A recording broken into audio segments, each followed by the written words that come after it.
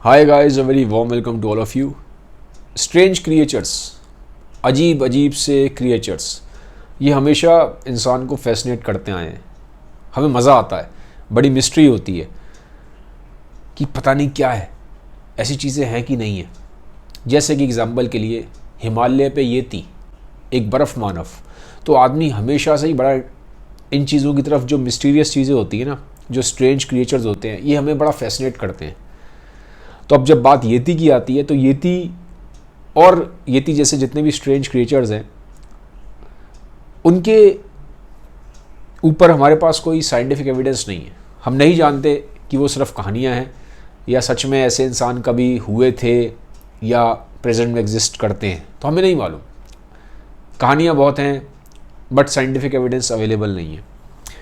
But मैं जिस strange creature की कहानी आपको आज सुनाने जा रहा हूँ, इसके ऊपर हमारे पास प्रॉपर साइंटिफिक एविडेंस है। इस पे प्रॉपर साइंटिस्टों ने स्टडीज़ करी हैं और हमारे पास पूरा साइंटिफिक एविडेंस मौजूद है कि ये स्ट्रेंज क्रिएचर जो है वो रियल है।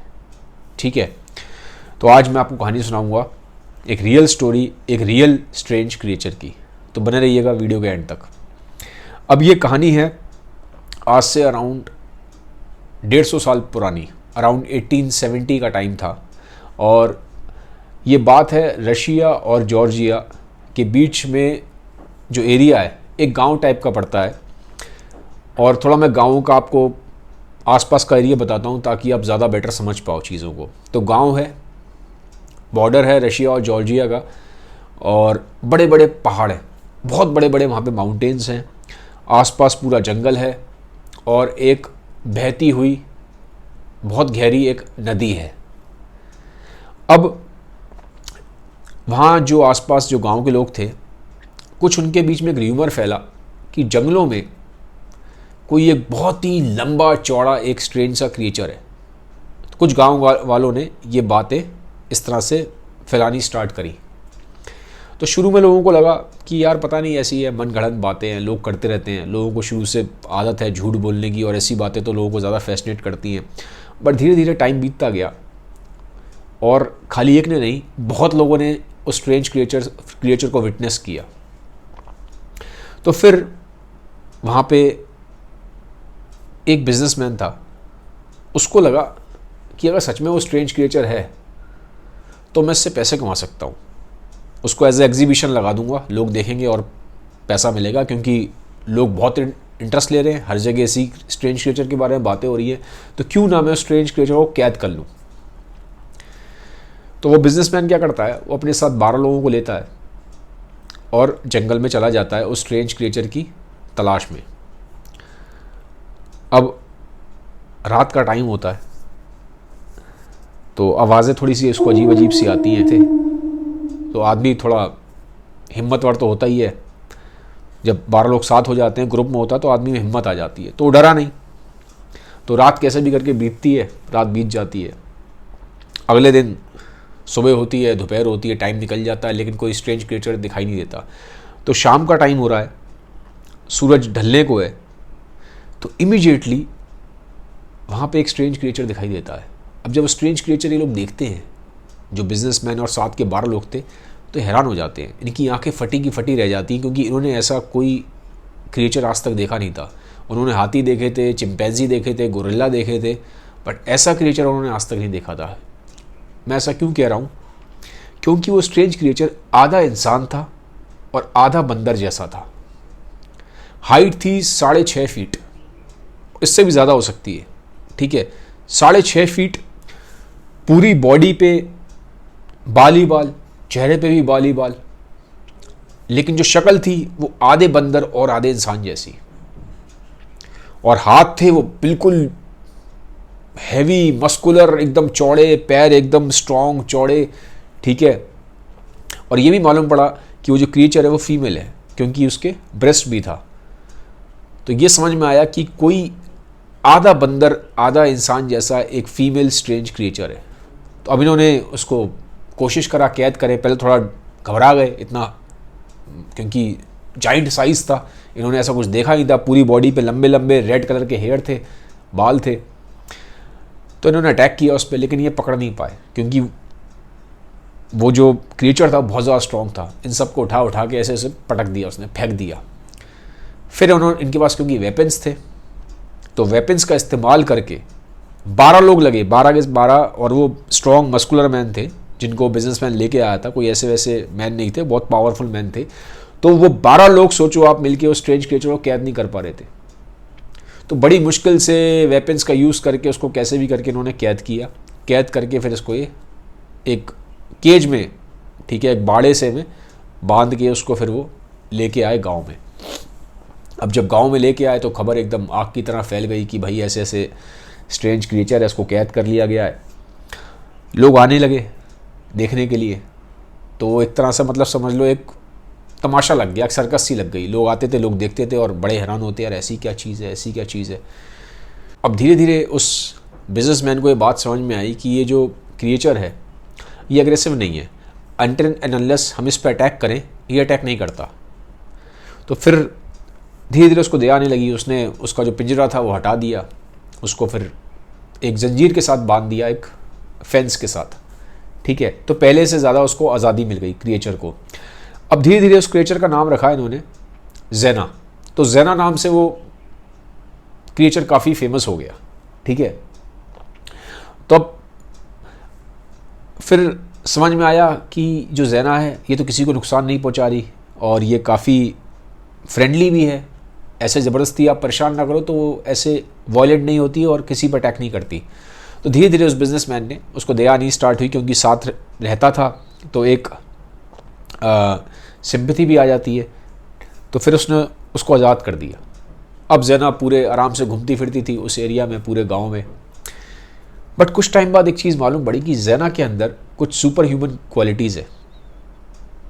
लगती वो बंदर और इंसान की कुछ मिक्सिंग टाइप की लगती थी, बट उसके अंदर कुछ चीज़ें ऐसी थी जो सुपर ह्यूमन थी, जिनको जब गांव वालों ने देखा तो हैरान हो गए। 3 चीज़ें हैं जिनके बारे में बात करूंगा। पहली चीज़, क्योंकि वो अगर आप एरिया देखो, रशिया और जॉर्जिया के बीच में जो गांव था ये बहुत ठंड थी वहाँ, माइनस में टेम्परेचर रहता था, एकदम बर्फ़ रहता था, बर्फीला था। तो लोग अंदर हीटर जला के बैठते थे, इसको बुलाते थे ज़ेना को कि अंदर आ जाओ, बट ज़ेना अंदर आती नहीं थी, वो बाहर ही घूमती रहती थी। उसको ठंड लगती नहीं थी, लगती ही नहीं थी ठंड उसको। कई बार उसको उन्होंने कपड़े भी ऑफ़र करे, कपड़े पहनो, बट वो कपड़े नहीं पहनती थी। वो कहती मैं ऐसे ही ठीक हूँ, बिना कपड़ों के ही ठीक हूँ। तो बिना कपड़ों के ठंड में आराम से घूमती थी, कोई ठंड वंड उसे लगती नहीं थी, पहली चीज़। दूसरी चीज़, जो उसकी स्पीड थी दौड़ने की, वो बहुत तेज़ थी। एक घोड़े को वो रेस में आराम से हरा देती थी। आप जान के हैरान होंगे, घोड़े की स्पीड होती है 88 किलोमीटर्स पर आवर। और अभी प्रेजेंट में जो फास्टेस्ट मैन है अलाइव अर्थ पे, उसेन बोल्ट, उसकी टॉप स्पीड है 44 किलोमीटर पर आवर। तो वो 88 किलोमीटर पर आवर के जो घोड़े की टॉप स्पीड है, घोड़े को भी हरा देती थी। तो अजीब सी उसकी स्पीड थी। ताकत की बात करूं तो 200 किलो 300 किलो आराम से उठा के ऐसे फेंक देती थी, जो कि आज की दुनिया के जो स्ट्रॉन्गेस्ट मैन है उनकी भी जान निकल जाए उठाने में पूरी। तो उसके लिए कुछ था ही नहीं। ऐसा था जैसे कोई आराम से कोई 2-3 किलो उठा रहा है, 200-300 किलो उसके लिए ऐसा था जैसे हम लोगों के लिए 4-5 किलो 10 किलो होता है। तो इतनी तेज़ स्पीड, घोड़े को हरा देना, इतनी ज़्यादा ताकत। साथ ही साथ जो नदी थी वहाँ पे जब बाढ़ आती थी तो गांव वाले डर के मारे पीछे हट जाते थे, भाग जाते थे गांव छोड़ के जब बाढ़ आती है। बट वो बाढ़ में भी देखते थे आराम से नदी को क्रॉस कर रही है स्विमिंग कर करके। तो उसके अंदर कुछ चीज़ें ऐसी थी, यकीन ही नहीं होता था कि यार ये क्या है, मतलब कुदरत का एक फ्रीक ऑफ नेचर। अब क्या हुआ, धीरे धीरे क्योंकि वो इंसानों के साथ रहने लगी थी, तो अब इंसान तो फिर इंसान है, उसके अंदर अच्छी चीज़ें भी हैं तो बहुत ईवल भी हैं। इंसानों ने धीरे धीरे उसको अल्कोहल पिलानी स्टार्ट कर दी। अब जब वो अल्कोहल उसने पी ली तो अल्कोहल ने उसके ऊपर असर दिखाना शुरू करा, उसको नशा हो गया। तो जब वो अल्कोहल के नशे में थी, धुत थी वो, तो उसको किसी विलेजर ने आके उसके साथ सेक्स कर लिया और उसको रेप कर दिया। अब जब रेप किया तो उसको बच्चा हो गया। अब ज़ेना की जब बच्चा हुआ तो ज़ेना ने उसको, क्योंकि वो उसको ठंड लगती नहीं थी, उसको लगा बच्चा भी ऐसे ही है, तो उसने उस जाके बच्चे को वहाँ जो पास में नदी थी वहाँ पे नहला दिया, लेकिन बच्चे को ठंड लग गई और बच्चा मर गया। फिर ऐसे ही दोबारा जब उसने अल्कोहल पी, दोबारा किसी ने रेप कर दिया, विलेजर ने।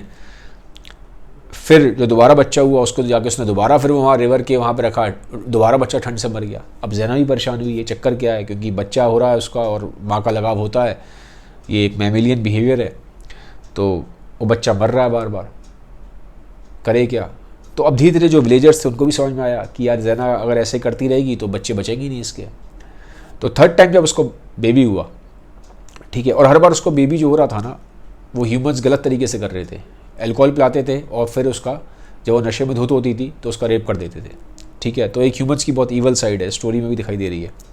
खैर, जब तीसरी बार जब उसको बच्चा होता है तो वहाँ की जो विलेज की और जो विमेन होती हैं वो उससे ले लेती हैं बच्चा, और उसको नदी में लेके जाने ही देती बच्चे को, और अपने पास रख के फिर खुद उसको पाल पोस के उसके बच्चों को फिर वो बड़ा करती हैं।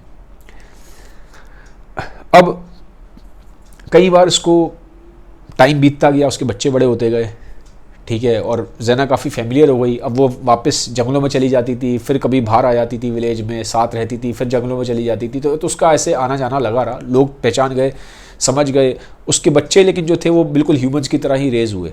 एक चीज़ और है, ज़ैना को लैंग्वेज सिखाने की बहुत कोशिश की गई, बट ज़ैना लैंग्वेज सीख नहीं पाई।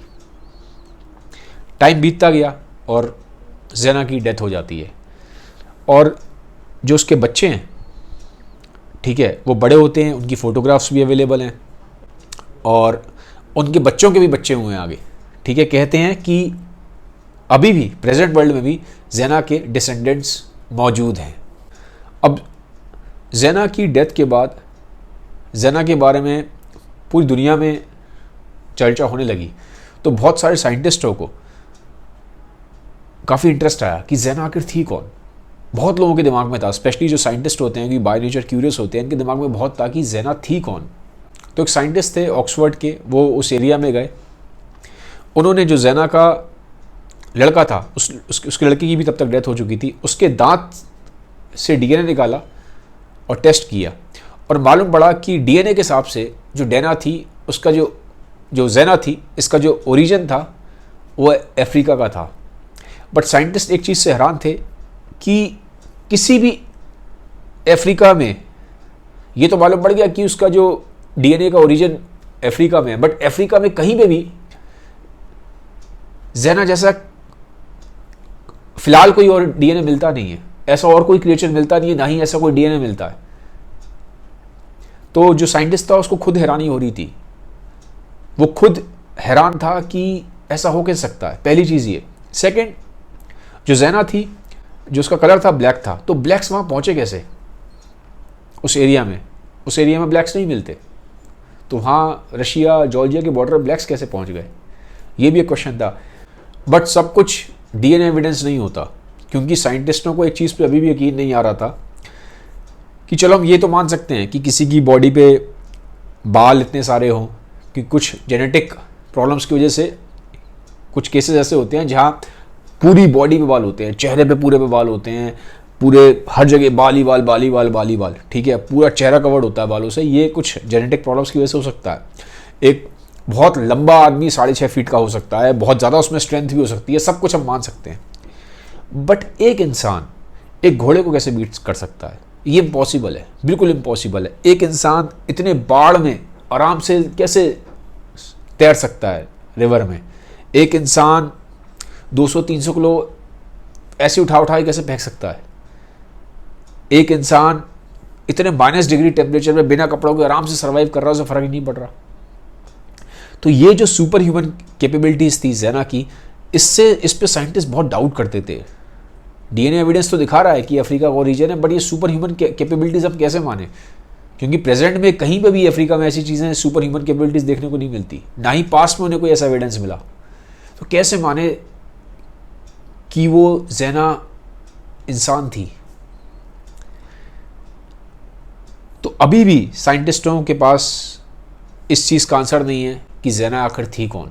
कुछ कहते हैं कि जो लास्ट निएंडरथल था वो थी ज़ैना, कुछ कहते हैं फ्रीक ऑफ नेचर थी, कुछ कहते हैं आधा इंसान आधा बंदर थी, और कुछ कहते हैं कि वो येती थी, वही येती जो इंडिया में भी साइड में जिसके बहुत चर्चे हैं, तो एग्जैक्टली नहीं पता, अभी भी एक मिस्ट्री है